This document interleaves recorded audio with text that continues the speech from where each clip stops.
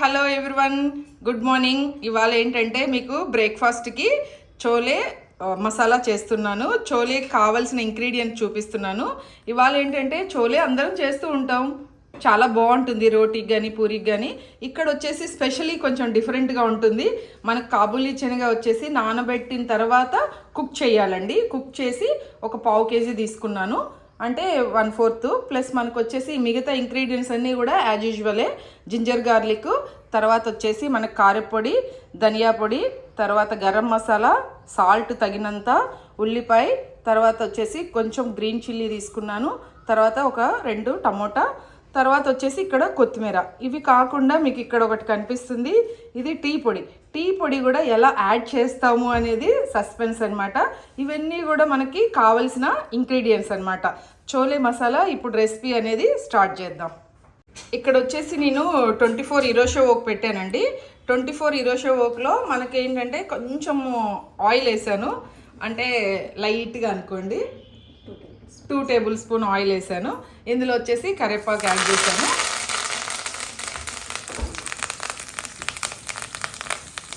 Onions వచ్చేసి green chilli అన్నీ కూడా కొంచెము మనం నార్మల్గా ఫ్రై చేసుకున్నట్టే కొంచెం బ్రౌన్గా వచ్చేటట్లు వేపాలి. పావు కేజీ కాబట్టి ఒక 2 ఆనియన్స్ వేసాను అనమాట, పెద్దవి.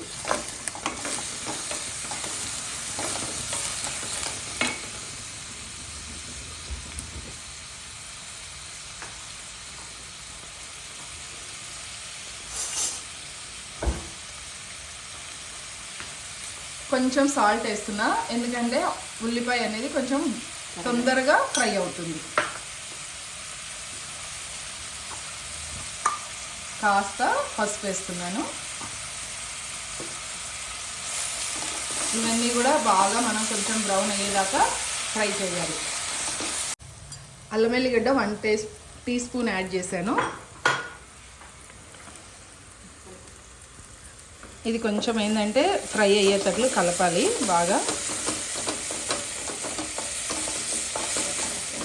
అంటే మనకేంటంటే కొంచెం ఫ్రై అయిన తర్వాత మన ఏన్సీలో తర్వాత ఎక్కువ వేపన అవసరం ఉండదు. జింజర్ గార్లిక్, అలాగే టమోటా, ఒక 2 మీడియం టమోటాస్, ఇవన్నీ కూడా మంచిగా ఫ్రై అవ్వనివ్వాలి. అంతా ఫ్రై అయినాక 1 టేబుల్ స్పూన్ కారము, అంటే ఇంకొంచెం మన టేస్ట్ కొద్ది వేసుకోవచ్చు ఇక్కడ.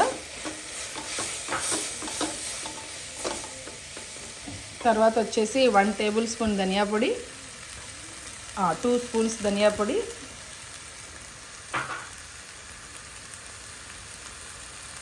గరం మసాలా వచ్చేసి 1 టేబుల్ స్పూన్, హాఫ్.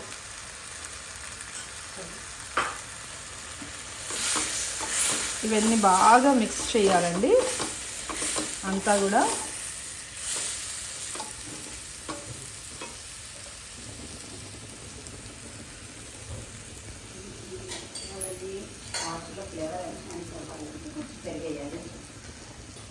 ఇప్పుడు ఇవన్నీ కొంచెం బాగా గరం మసాలా, ఉప్పు, కారం అన్నీ వేసాం కదా, ఇవన్నీ కొంచెం బాగా మిక్స్ అవ్వాలంటే ఒక కాస్త పెరుగు యాడ్ చేసుకుంటే బాగుంటుంది. ఒక 2 స్పూన్స్ అనేది కర్డ్ అనేది కూడా యాడ్ చేశాను.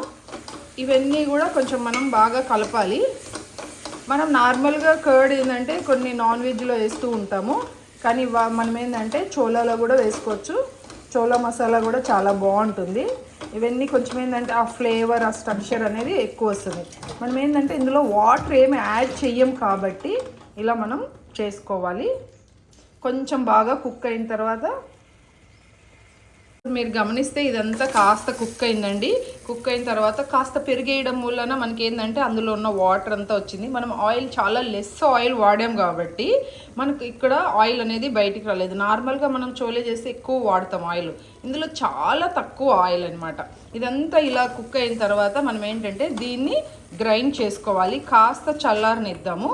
కొంచెం చల్లగా అయిన తర్వాత మనం కొంచెం గ్రైండ్ చేయాలి ఇందులో.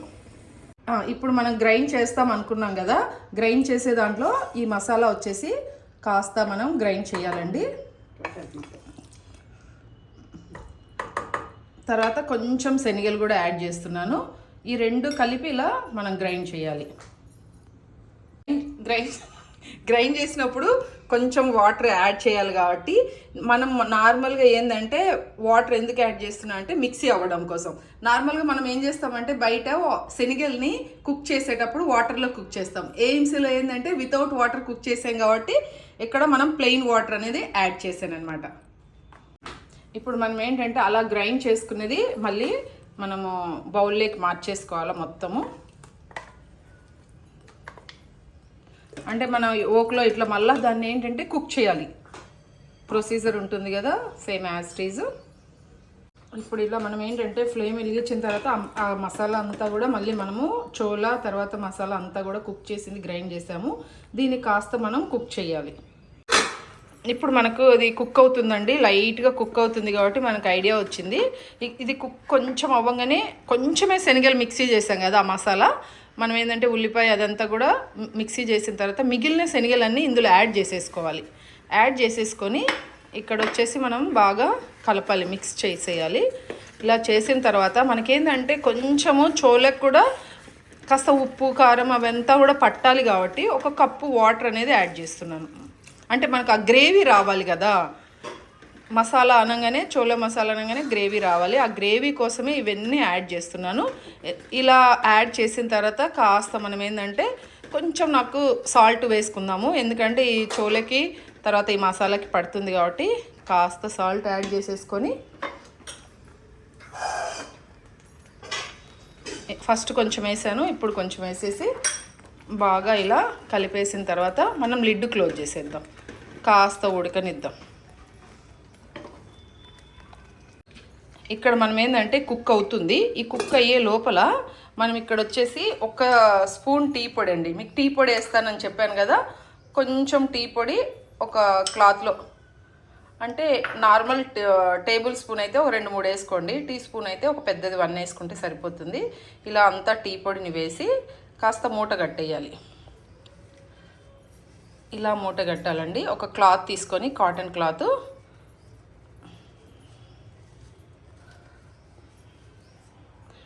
ఇది వచ్చేసి మనం ఇక్కడ ఈ చోలే మసాలా ఉడుకుతుంది కదా ఇందులో అలా పెట్టేయాలి.